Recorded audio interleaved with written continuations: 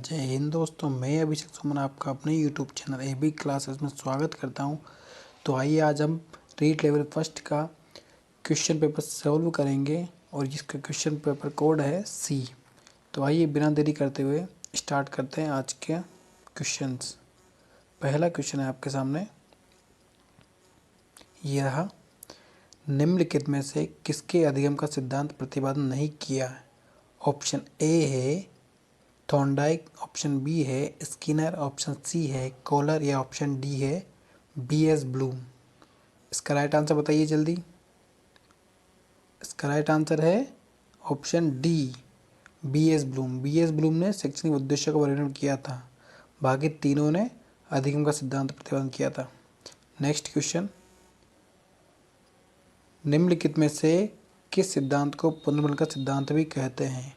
Option A है क्रिया प्रसूत अनुबंध का सिद्धांत, ऑप्शन बी है उद्दीपक अनुक्रिया का सिद्धांत, ऑप्शन सी है शास्त्रीय अनुबंध का सिद्धांत या ऑप्शन डी है अंतर्दृष्टि का सिद्धांत। इसका राइट आंसर है ऑप्शन ए क्रिया प्रसूत अनुबंध का सिद्धांत, जो स्किनर द्वारा प्रतिपादन किया गया था। सबसे पहले पुनर्बल शब्द का प्रयोग भी स्किनर ने किया था। Next question,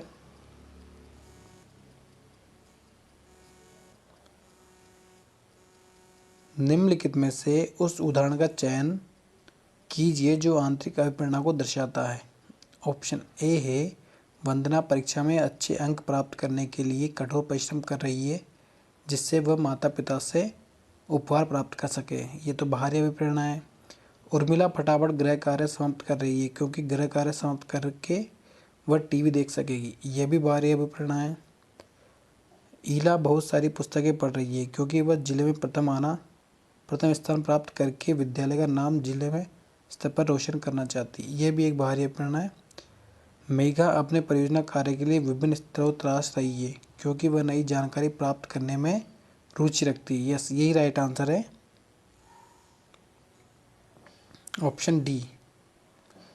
next question,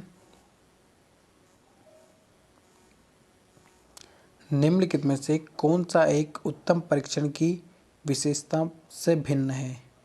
option A है विश्वसनीयता, ऑप्शन बी है वैधता, ऑप्शन सी है वस्तुनिष्ठता या ऑप्शन डी है अभिक्षमता। इसका राइट आंसर है ऑप्शन डी अभिक्षमता। अभिक्षमता उत्तम परीक्षण की विशेषता से भिन्न है, मतलब नहीं है। नेक्स्ट क्वेश्चन, शिक्षार्थी केंद्र पाठ्यक्रम में निम्नलिखित में से कौन सबसे महत्वपूर्ण है?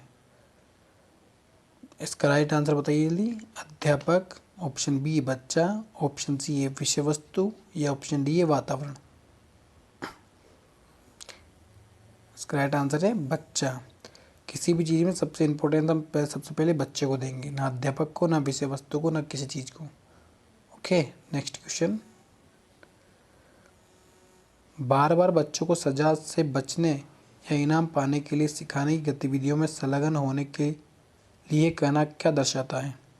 ऑप्शन ए है उसकी बाह्य प्रेरणा को कम करता है, ऑप्शन बी है उसकी आंतरिक प्रेरणा को बढ़ाता है, ऑप्शन सी है बच्चों को लक्ष्य प्रदर्शित की बजाय महारत हासिल करने के प्रति ध्यान केंद्रित करने की प्रोत्साहन करता है, हो सकता है, ऑप्शन डी है बच्चों की प्राकृतिक रुचि और सीखने में शामिल होने की जिज्ञासा को कम करता है। ये तो हो ही नहीं सकता। जब बच्चा की जिज्ञासा कम करेंगे वहाँ क्यों होगा? तो इसका राइट आंसर होगा ऑप्शन सी, बच्चे को लक्ष्य प्रदर्शित की बजाय महारत हासिल करने के प्रति ध्यान केंद्रित करने के लिए प्रोत्साहन करना। नेक्स्ट क्वेश्चन, आरटीई अधिनियम 2009 के अनुसार शिक्षक के लिए प्रति सप्ताह काम के निर्धारित घंटे हैं। ऑप्शन ए है 40 घंटे, ऑप्शन बी है 42 घंटे, ऑप्शन सी है 45 घंटे या ऑप्शन डी है 48 घंटे। इसका राइट आंसर है ऑप्शन सी 45 घंटे। नेक्स्ट क्वेश्चन, एनसीएफ 2005 के अनुसार एक शिक्षक की भूमिका होनी चाहिए। ऑप्शन ए है अनुमोदक, ये ऑप्शन बी है सुविधादाता, ये ऑप्शन सी है आधिकारिक, ये ऑप्शन डी है तानाशाही। इसका राइट आंसर है ऑप्शन बी, सुविधादाता, फैसिलिटेटर के तौर पर होना चाहिए एक शिक्षक को। नेक्स्ट क्वेश्चन 9 क्वेश्चन, मूल्यांकन का उद्देश्य क्या होता है? ऑप्शन ए है बच्चों को मंद विद्यार्थी और प्रतिभाशाली बच्चों को रूप में अंकित करने के लिए। ऑप्शन बी, उन बच्चों की पहचान करने के लिए जिन्हें उपचारिक उपाय की आवश्यकता है। ऑप्शन सी, सीखने की कठिनाई और समस्या क्षेत्रों का निदान करने के लिए। ऑप्शन डी, उस सीमा तक प्रतिपुष्टि प्रदान करना जहां तक हम उत्पादनशील जीवन के लिए शिक्षा प्रदान करने में सफल रहे। इसका राइट आंसर है ऑप्शन सी, सीखने की कठिनाई और समस्या के क्षेत्रों का निदान करने के लिए। नेक्स्ट क्वेश्चन, एक चिंतनशील शिक्षक कक्षा में ऐसी परिस्थितियां उत्पन्न करता है कि छात्र, ऑप्शन ए है व्याख्या सुन सके। ऑप्शन बी है कक्षा कक्ष में शिक्षक के व्याख्यान के नोट्स ले सके। ऑप्शन सी है कक्ष में अनुशासन बनाए रखे। यह ऑप्शन डी है छात्र और शिक्षक के पारस्परिक अंतर क्रियाओं को प्रोत्साहन मिले। यस, इसका राइट आंसर है ऑप्शन डी। नेक्स्ट क्वेश्चन, क्रियात्मक अनुसंधान का अर्थ है? क्रियात्मक अनुसंधान का अर्थ है बताइए। एक अनुधेय अनुसंधान। ऑप्शन बी, एक अनुप्रयुक्त अनुसंधान। ऑप्शन सी, एक शोध जिसके लिए तत्काल समस्या को हल किया जा सके। ऑप्शन डी, सामाजिक आर्थिक उद्देश्य के लिए एक शोध। इसका राइट आंसर है ऑप्शन सी, एक शोध जिसमें तत्काल समस्या को हल किया जा सके। नेक्स्ट, निम्नलिखित में से विकास के सिद्धांतों का उनके सही वर्णन में मिलान कीजिए। देखो, समीप दूरता का सिद्धांत, सिर पदामों के सिद्धांत, अंतरा व्यक्ति का सिद्धांत, अंतरा व्यक्तित्व का सिद्धांत। समीप दूरमक का सिद्धांत इसका ये होगा शरीर के केंद्र से बाहर की ओर, मतलब जो शरीर के अंदर होगा उससे बाहर के, जैसे कि अपने रीढ़ की हड्डी से लेके अंगों तक जाता है। सिर से मतलब सिर से पैर की ओर होगा। इसका राइट आंसर ए होगा। सही, देखो मिला लो। फर्स्ट का डी, सेकंड का ए और तीसरे का बी। अंतरा व्यक्ति तो विभिन्न बच्चों की दर को बढ़ते हैं। और चौथे का डी, किसी एक बच्चे का विकास की दर विकास में एक क्षेत्र की उपेक्षा दूसरे से भिन्न हो सकती है। इसका राइट आंसर होगा first, A D A B C. Okay, next question, विकास से की ओर होता है। ये तो इजी क्वेश्चन है, सामान्य से विशिष्ट की ओर। निम्नलिखित में से कौन सी बचपन की विशेषता नहीं है? इसका राइट आंसर बताइए। ऑप्शन ए है प्राक टोली आयु, सवाल करने की आयु, अनुकरणीय आयु या खिलौने की आयु। इसका राइट आंसर अनुकरणीय आयु होगा, लेकिन ये एक दुविधा वाला क्वेश्चन है। देखो, इसमें क्या ऊपर चाइल्डहुड लिखा है जबकि नीचे बचपन के लिखा है, तो इसका राइट आंसर अनुकरणीय होना चाहिए वैसे तो। बाकी मुझे लगता है जहाँ तक इसका आंसर आपको इसके नंबर आपको बोनस मिलेंगे। ओके, नेक्स्ट क्वेश्चन, प्रकृति एवं पोषण विवाद निम्नलिखित में से किससे संबंधित है? ऑप्शन ए है आनुवांशिक एवं वातावरण से, व्यवहार एवं वातावरण से। ऑप्शन सी, वातावरण एवं जीव विज्ञान से। ऑप्शन डी, वातावरण एवं पालन पोषण से। इसका राइट आंसर है आनुवांशिक एवं वातावरण से। नेक्स्ट क्वेश्चन, निम्नलिखित में से कौन से कथन असत्य है? ये समझना जरूरी नहीं है कि प्रत्येक बच्चा अद्वितीय है, ये तो गलत है। बच्चा एक एकीकृत पूर्ण रूप से विकसित होता है, सही है। विकास के एक पहलू में किसी समस्या के दूसरे को प्रभावित करने की संभावना होती है, ये भी सही है। विकास एक अनुक्रमिक प्रक्रिया है, तो इसका राइट आंसर होगा ऑप्शन डी, ओनली केवल एक असत्य है, बाकी सब सत्य है। नेक्स्ट क्वेश्चन, तब होता है या होती है जब परिपक्वता और अनुभव के कारण मनुष्य में क्रमबद्ध और प्रगतिशील परिवर्तन होते हैं।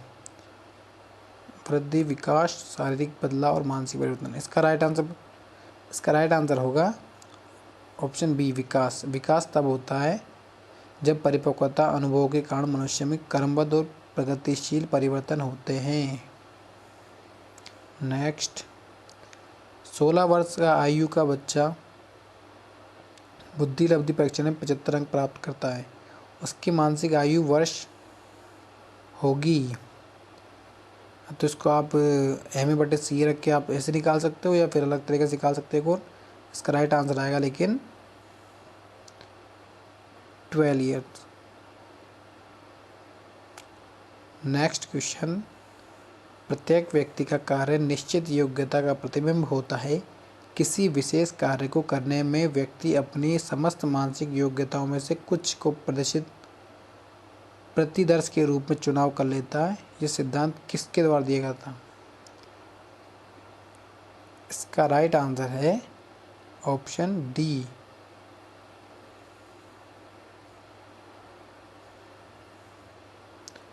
नेक्स्ट क्वेश्चन, निम्नलिखित में से कौन सी व्यक्तित्व मापन की प्रक्षेप्य विधि नहीं है?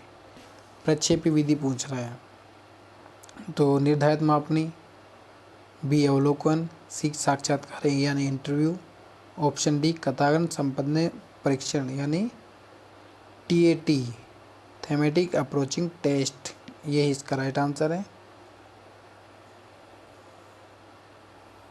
नेक्स्ट क्वेश्चन, प्रतिभाशाली बालक की बुद्धि लब्धि होती है। प्रतिभाशाली बालक की बुद्धि लब्धि कितनी होती है? 130 या बी 140 या 55 या डी 120। इसका राइट आंसर 140 होती है प्रतिभाशाली बच्चे की बुद्धि। नॉर्मल बच्चे की आयु होती है 90 से 120, IQ होता है 90 से 120 के बीच में, और 55 तो माइल्ड मोड तो पहुँच गए। स्कूलों को व्यक्तिगत भिन्नताओं का ध्यान रखना चाहिए क्योंकि प्रत्येक छात्र को विशिष्ट महसूस करवाने हेतु, छात्र के बीच अंतर को कम करने हेतु, छात्र एवं छात्राओं के क्षमताओं को प्रदर्शन को नहीं जानने के लिए, समझने के लिए कि छात्र सीखने में समर्थ है या असमर्थ क्यों हो रहे हैं। इसका राइट आंसर भी यही है, समझने के लिए कि छात्र सीखने में या समर्थ क्यों हो रहे हैं, समर्थ या असमर्थ क्यों हो रहे हैं। नेक्स्ट क्वेश्चन 23, प्रतिभाशाली बालक के लक्षण क्या है? प्रतिभाशाली अभी जो देखा था ना 140 IQ होता है, उसके लक्षण क्या क्या होता है? अभिव्यक्ति में नव्यता और जिज्ञासा या वार्तालाप प्रियता या अतिसक्रियता। अतिसक्रियता होगा नहीं, हाइपर एक्टिविटी नहीं होगी उसके अंदर। इसका राइट आंसर होगा A और B, C भी नहीं होगा। हाँ, A और B यानी 1 और 2, अभिव्यक्ति में नव्यता और जिज्ञासा। नेक्स्ट क्वेश्चन, बुद्धि लब्धि के लिए निम्नलिखित फॉर्मूला किसने दिया था? बुद्धि लब्धि, मानसिक आयु बराबर क्रॉनिकल आयु इंटू 100, ये टर्मन ने दिया था। कंप्लीट फॉर्मूला टर्मन ने दिया था। ओके। नेक्स्ट क्वेश्चन, सृजनात्मकता मुख्यतः किससे संबंधित है? क्रिएटिविटी, अति सक्रियता से, कम बोधगम्य से, अभिसारी चिंतन से, ये अपसारी चिंतन से। इसका राइट आंसर है डी, अपसारी चिंतन से। क्रिएटिविटी अपसारी चिंतन से होती है। निम्नलिखित में से कौन सी स्थिति समायोजन को बढ़ाती है? तीव्र चिंता, ऑप्शन बी अपराध बोध के बारे में जुनूनी सोचना, ऑप्शन सी बीमारी का डर, या ऑप्शन डी विपक्षी भय और चिंता मुक्त। इसका राइट आंसर है डी, विपक्षी भय और चिंता मुक्त। कक्षा 2 की छात्रा सृष्टि को अध्यापिका ने मूल गणित के विषय में सवाल करवाए। अगले दिन उसे बाजार में से सामान खरीदने के उपरांत दुकानदार द्वारा की गई गलती को चिन्हित करने के सही करवाया। ये अधिगम का कौन सा प्रकार है? ऑप्शन ए है नकारात्मक, ऑप्शन बी है सकारात्मक स्थानांतरण, ऑप्शन सी है द्विपक्षीय स्थानांतरण या ऑप्शन डी है शून्य। इसका राइट आंसर है ऑप्शन बी सकारात्मक स्थानांतरण। एक व्यक्ति में एक समय में दो विपरीत इच्छाओं का होना कहलाता है। क्या कहलाता है बताओ? ऑप्शन ए द्वंद्व, बी कुंठा, सी चिंता या डी दबाव। इसका राइट आंसर है ऑप्शन ए द्वंद्व। नेक्स्ट क्वेश्चन, रवि का बुद्धि परीक्षण इंगित करता है कि वह औसत से लेकर औसत से अधिक बुद्धिमान की श्रेणी में आता है। हालांकि पढ़ने और वर्तनी सामाजिक विज्ञान और विज्ञान में उसके ग्रेड बहुत कम है। उसके गणित में ग्रेड काफ़ी अधिक है। रवि लेखन कौशल में अच्छा है। रवि में अधिक संभावना है। किसकी संभावना अधिक है बताइए? ऑप्शन ए है डिस्कैलकुलिया, ऑप्शन बी है डिस्ग्राफिया, ऑप्शन सी है डिसलेक्सिया, ये ऑप्शन डी है अफेजिया। तो देखिए जैसे कि यहाँ ही पता है कि गणित में उसको ग्रेड काफ़ी अच्छे मिलते हैं, डिस्कैलकुलिया होगा नहीं। रवि लेखन में भी अच्छा है तो डिस्ग्राफिया होगा नहीं। पढ़ने वर्तने और सामाजिक विज्ञान में ग्रेड बहुत कम आते हैं, यानी उसको डिसलेक्सिया की प्रॉब्लम है। ठीक है, तो इसका राइट आंसर है option C dyslexia. Next question, सीखना व्यवहार में उत्तरोक्त सामंजस्य की एक प्रक्रिया है। ये कथन किसकी शिक्षाविद के द्वारा दिया गया है? इसका राइट आंसर है ऑप्शन ए स्किनर द्वारा दिया गया है ये। ओके, आज के लिए इतना ही। कल हम फिर आपके लिए हिंदी के क्वेश्चन पेपर को सोल्व कराएंगे अच्छे से। तब तक के लिए गुड नाइट, बाय।